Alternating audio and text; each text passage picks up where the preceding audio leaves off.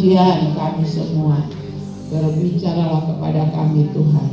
Urapi hamba-Mu guru sekolah minggu dengan kuasa wibawa otoritas Allah, menyertai pelayanan kami Tuhan. Hamba di ruang utama guru sekolah minggu, di ruang kelas sekolah minggu, dan juga berikan kepada kami pengurapan karakter hati seorang murid yang mau diajar, dibentuk, disempurnakan, dan menjadi pelaku-pelaku firman dari hari ke hari. Terima kasih Bapa di dalam surga. Kalau Roh Kudus yang ada di tengah-tengah ibadah ini, maka kami percaya Roh-Mu akan menilik setiap hati dan pikiran kami. Engkau tahu segala kebutuhan kami Tuhan. Engkau akan memanifestasikan kuasa-Mu sehingga sebentar waktu kami pulang, yang lemah dikuatkan, yang dalam pergumulan diberikan jalan keluar, pertolongan yang indah, yang sakit mengalami kesembuhan. Terima kasih Bapa. Dalam nama Tuhan Yesus kami siap diberkati firman Tuhan. Haleluya. Amin. Ya, saya pertama bertemu Tuhan Yesus di rumah saya. Rumah petak di Jakarta yang sangat-sangat sederhana. Saya lahir ketika orang tua saya meninggalkan Rengas Dengklok, Jawa Barat, dan memulai hidup di kota Jakarta, menyewa rumah yang sangat sempit dengan 9 anak. Saya merasakan pelukan Tuhan ketika saya turun dari bus pulang kerja, lanjut kuliah, orang kitab malam. Saya turun dari bus angkutan di kota Jakarta. Saya mendapati di mata jalan rumah kami masuk gang sempit di daerah yang kumuh Jakarta. Tapi begitu saya turun dari bus, saya melihat Tuhan Yesus sudah berdiri menantikan saya pulang dari kerja dan sekolah Alkitab. Papa saya sudah menunggu saya, menggandeng tangan saya menyeberang. Sepanjang masuk gang sempit itu, dia bertanya, hari ini gimana? Sambil peluk saya. Saya bangga sama kamu. Anak perempuan yang luar biasa. Anak perempuan yang menjawab. Saya pengen lihat anak perempuan kerja di kantor. Karena aku punya kakak-kakak semua buka toko dagang. Saya pengen lihat anak perempuan saya kerja di kantor. Dan takut akan Tuhan. Sepanjang jalan gang sempit itu, saya bukan merasakan papa saya yang berbicara. Saya merasakan itulah pelukan kasih Tuhan buat saya di malam hari yang gelap. Itu penampakan-penampakan dan kehadiran Tuhan Yesus dalam hidup saya. Apakah saudara mengalami perjumpaan Yesus seperti itu? Saudara lihat buat jemaat. Kapan penampakan Yesus buat saudara?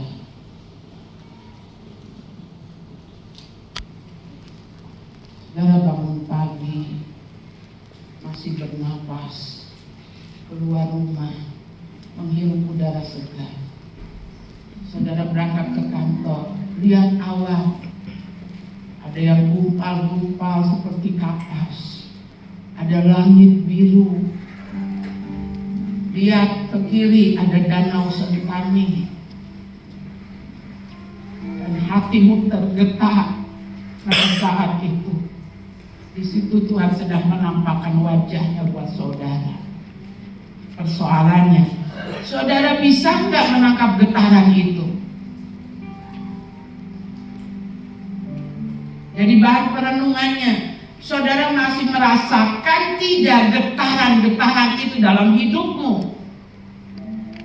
Ketika suamimu pulang kerja, lembur, pulang jam 9 malam, dia letih, adakah getaran engkau melihat Yesus di suamimu itu? Hari ini renungkan, apakah hal-hal ini masih terjadi dalam hidup saudara? Atau saudara nggak ngerasain apa-apa?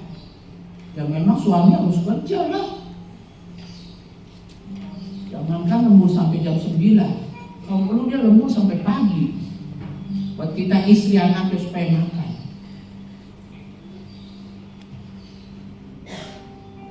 Itu udah tugasnya kan. Kalau bapak tahu anaknya suka makan durian, dia pulang bawakan anaknya durian. Ayo diukur kita punya hati hari ini. Ini hati kita ini hati yang keras, yang udah nggak bisa lagi merasakan kehadiran dan kenampakan Tuhan. Sampai mungkin saudara pengennya hadir dulu Tuhan nampak secara fisik baru saya percaya Tuhan.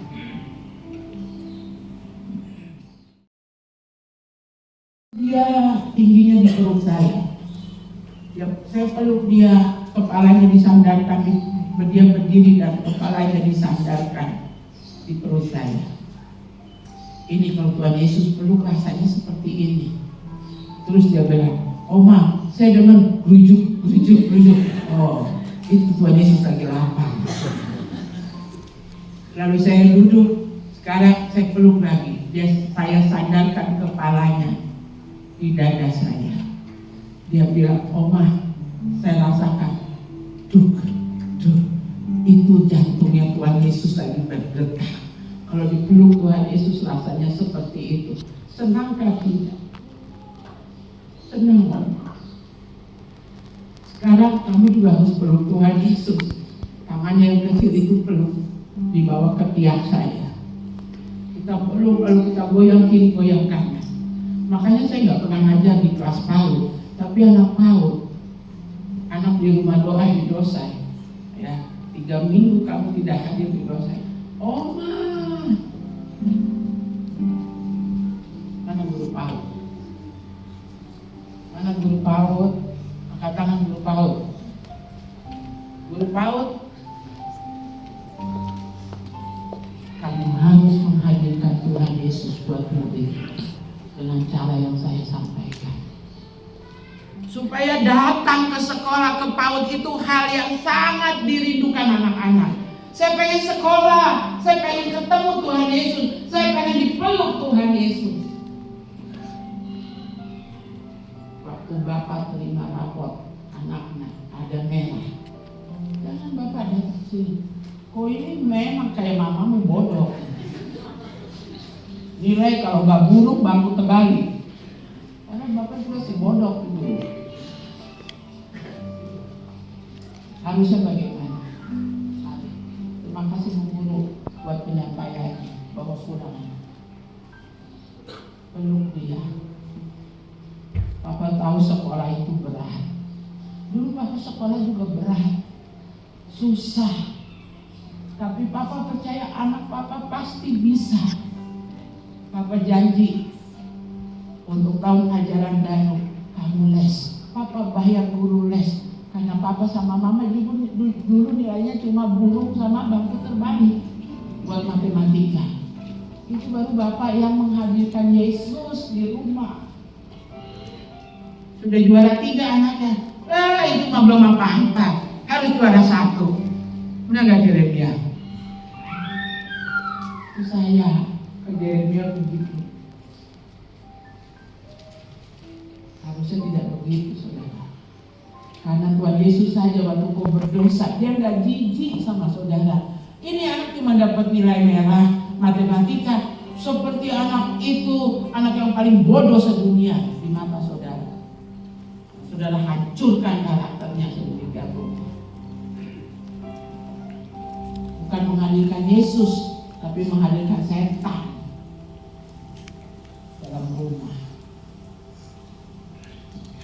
Saudara paham itu? Kadang Jeremia masih belajar dari seorang gembala. Dia bilang sama saya, Mama ini sabar banget ya. Orang sudah dinasehati nggak berubah kayak gitu, kasih tinggal. Kalau terjadi sesuatu biar dia kapok. Karena Jeremia masih belajar untuk punya hati yang menghadirkan Yesus sebagai gembala. Mama nggak rasa dihina kan? Orang kayak gitu melecehkan pengembalaan. Saya bilang, nggak usah gembala, jemaat aja diajar 70 kali 70 kali 70, itu artinya tidak terhingga. Apalagi kalau kita mau menghadirkan Yesus. Yesus mengatakan di atas kayu salib, "Oh, sebentar kita akan rayakan. Ampuni mereka, sebab mereka tidak tahu apa yang mereka perbuat." Kalau ada orang dablek yang dikasih tahu ulang-ulang gak berubah, ngomong aja seperti Tuhan Yesus, "Ampuni mereka Tuhan, karena mereka tidak tahu apa yang mereka perbuat." Karena kalau mereka sudah berjumpa dengan Yesus, murid-murid yang takut, Simon yang goyah itu jadi Petrus, jadi batu karang, di atasnya gereja Tuhan didirikan. Kalau saudara dan saya sudah bertemu dengan Tuhan Yesus, tidak ada bawahan yang tidak hormat sama pimpinannya. Tidak ada anak yang bersungut-sungut berani nyautin kepada orang tuanya. Sebab dia tahu tugas, posisi, bagaimana melakukan segala sesuatu seperti untuk Tuhan dan bukan manusia. Sama seperti petani yang memisahkan gandum dan ilalang. Daunnya modelnya sama. Lalu kalau ilalangnya itu dicabut bagaimana? Tuhan bilang jangan dicabut. Jadi kalau saudara lihat di gereja ada yang dablek, ya, melawan, tidak berubah dalam kehidupan rohaninya, Tuhan bilang biar aja sampai kedatangan Tuhan, baru nanti dipisahkan domba dan kambing. Ukur diri kita ini, kita melawan firman Tuhan atau tidak? Kalau tukang melawan itu Kristen kambing, melawan orang tua, melawan pimpinan otoritas di atasnya, istri tidak tunduk sama suami, suami menjajah istri, tendang-tendang sepak-sepak istri, Kristen kambing.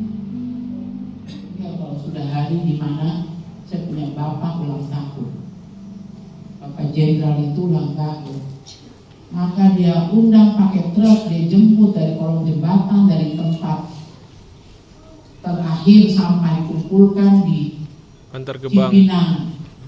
Diangkut orang-orang busuk ini, bajunya bau, rambutnya berkutu, masuk ke aula gedung Angkatan Laut di Benhil, Bendungan Hilir, Jakarta.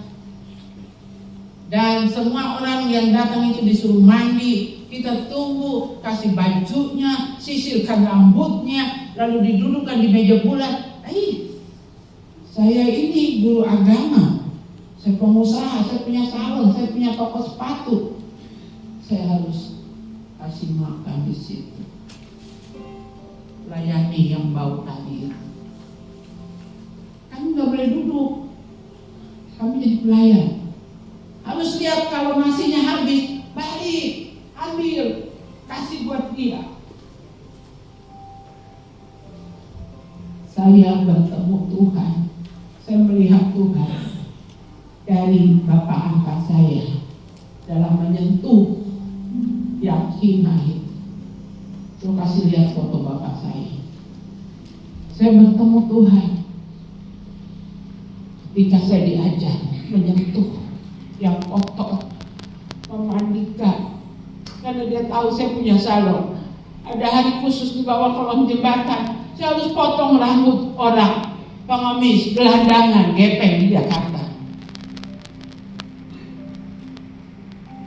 Hari itu saya belum mengerti, saya melakukannya cuma karena gue dibiayain ini jenderal, gue diangkat sama ini jenderal, dan aku bikin.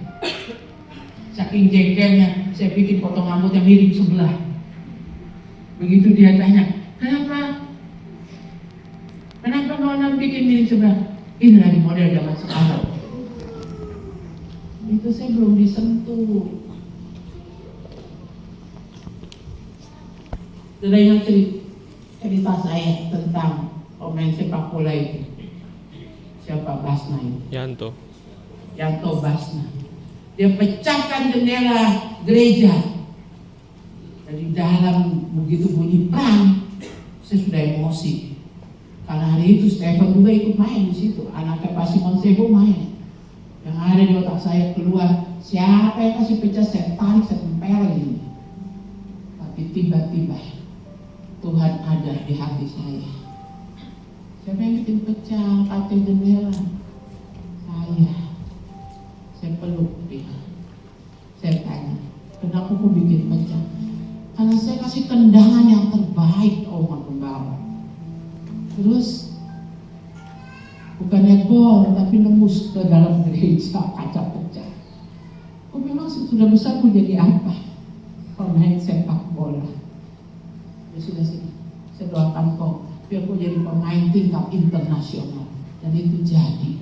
Dia merasakan pelukan Tuhan, kehadiran Tuhan lewat kasih yang saya salurkan.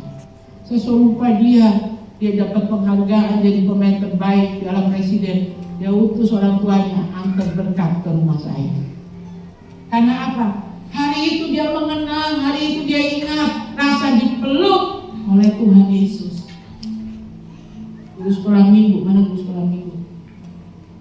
Dan kalau sudah dapat anak yang lincah itu, habis ngajar sekolah minggu, ibu sini. Ibu punya anak tuh bikin saya pusing. Ya loncat kayak Superman dari sini sampai ke sana. Terus mamanya bilang, saya juga sudah menyerah. Anak itu memang begitu di mana saja. Dia kayak Superman, bisa lompat, terbang ke sana, terbang ke sini. Itu salah. Lalu saya sebagai guru sekolah minggu, mari ibu, hari ini kami di kelas sudah doa buat anak ibu. Tapi mari kita berpegangan tangan, kita peluk bersama anak ibu. Supaya dia mengalami perubahan. Dia merasakan pelukan Tuhan. Amin. Amin. Amin kan tidak? Amin. Mau praktekkan tidak? Amin. Hah? Amin. Mau praktekkan tidak? Amin. Pulang kerja kamu. Aku kasih uang belanja udah bener apa enggak ya sama perempuan? Yang kedua, anak 5. Gaji nggak sampai 5 juta. Pengen ada perubahan. Ada buka tutup saji, ada ayam, ada sapi. Tahu malu lah kau sebagai suami. Begitu akan adanya bayam, tempe, mau sini. Anak-anak mau sini, mau ngelilingi meja. Hari ini kita mengucap syukur. Dan hari ini Tuhan mau kita semua makan bayam supaya kita kuat seperti Popeye. Semua bilang terima kasih sama mama. Peluk istri bapak. 1, 2, 3. Terima kasih ma, kami jadi kuat seperti Popeye. Bapak cium keningnya, cepat, cekrot, cepret. Masih dikerjakan atau tidak? Hah? Apa terakhir cium Juli habis masak? 3 hari lalu. Apa yang dirasakan kalau habis masak dicium suami? Senangnya. Hadirkan biar istri lihat Yesus di rumahmu. Jangan sudah tunggu, masak, buka pintu, Bapak datang. Anak semua kita nunggu Bapak datang. Kenapa tunggu saya? Saya sudah dari sendok garpu dengan teman-teman kantor. Oh, kok Bapak yang tidak menampakkan Yesus tapi menampakkan iblis di rumahmu. Seberapa banyak Bapak yang seperti itu bertobat mulai hari ini? Mau bertobat? Mau menampakkan Yesus? Saya melihat Yesus tiba di Papua. Saya bertemu dengan pendeta Ita. Mana? Ada foto saya dengan almarhum pendeta Ita. Saya masih kurus keringat. Bapaknya Jeremia ganteng kan? Kalau lihat Jeremia ganteng, nah itulah dia. Ada turun-turun dari yang ganteng itu. Saya bertemu Tuhan Yesus di panti asuhan itu. Ketika kamar saya diketuk pagi-pagi, Elizabeth, kau harus ini, makan ini telur setengah matang. Ini dari kandang ayam saya. Ini madu dari Wamena, dari panti asuhan Pelangi 2 yang ada di Wamena. Orang kirim madu. Ini madu asli. Supaya kandunganmu cepat dibuka Tuhan, supaya kau cepat hamil. Saya menemukan Tuhan di tangannya yang bawa telur itu, diperlukan kasihnya. di doa, Tuhan, sebagai perempuan, aku seorang bidan, perawat. Karena Mama Itar ini backgroundnya perawat dan bidan. Aku berikan telur ini dan madu. Aku berkati kandungannya anakku Elizabeth. Saya nggak rasa itu tangan Mama Itar. Dia sukunya beda dengan saya. Dia bukan keluarga saya. Tapi saya merasakan kehadiran Tuhan, pelukan Tuhan lewat tangannya, lewat suara doanya. Itu penampakan Tuhan di Papua buat saya. Adakah saudara masih bergetar dengan hal-hal yang seperti itu? Ini hidup saudara. Dia tidak punya kekuatan, ya, seperti sarung tangan ini. Tapi ketika saudara berjumpa dengan Tuhan, buka hati, Tuhan masuk dalam hidup. Ini yang terjadi.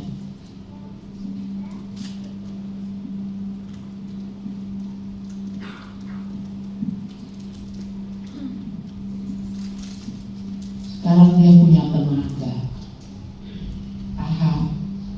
Itu yang dibilang di hati inilah rumah. Biarkan dia masuk, penuhi hidup. Semua aspek. Tidak ada yang tidak dipenuhi oleh Tuhan dalam hidup. Karena Tuhan ada dalam hidup. Dia yang akan menggerakkan saudara berjalan. Dia yang menggerakkan saudara. Saudara tahu kapan waktunya. Terima kasih istriku, sudah masak. Aku bangga punya istri seperti kamu. Itu karena Tuhan penuh dalam hidup. Karena Tuhan menggerakkan, memenuhi hidupmu. Dia berani. Saya harus kasih. Ini teman sakit. Ini teman butuh uang. Uangnya 1.000 perak aja.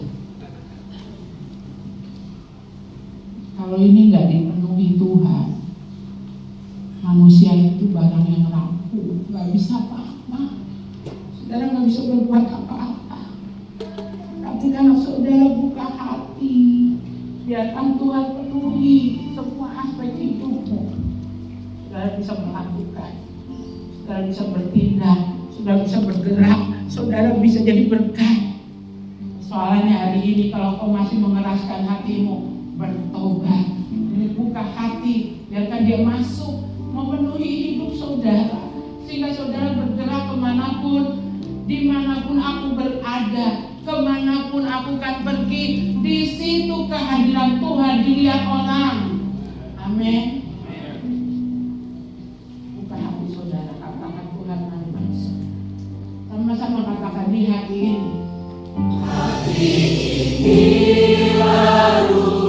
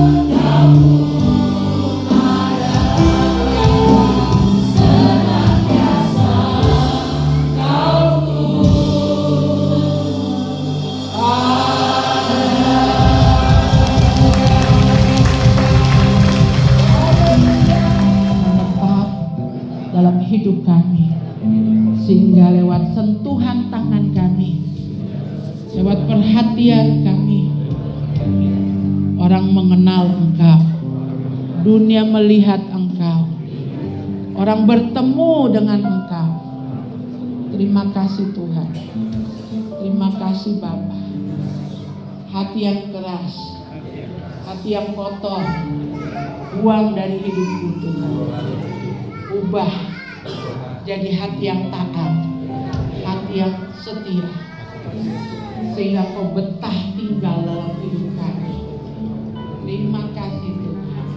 Dan mengundang para pelayan perjamuan kudus diberikan. Melayakan kami Tuhan untuk menerima tubuh dan darah-Mu, bersekutu dengan tubuh dan darah.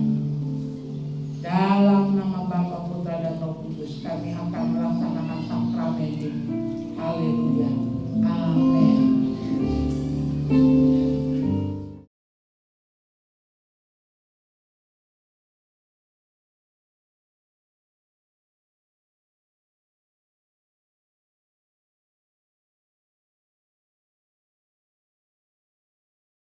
Hari makin serupa kami.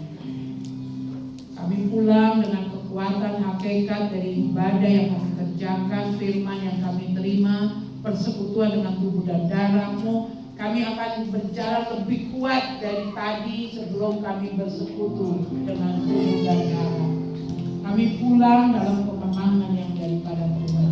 Kami siap dipakai Tuhan dimanapun kami berada, kemanapun kami bepergian. Terima kasih Tuhan. Semua yang sudah ambil bagian dalam pelayanan, baik di ruang sekolah minggu, di ruang utama, Tuhan memberkati juga ketaatan kami. Berilah kami dalam mengiring Tuhan tidak sia-sia. Apa yang kami korbankan tidak sebanding dengan pengorbanan-Mu di atas kayu salib.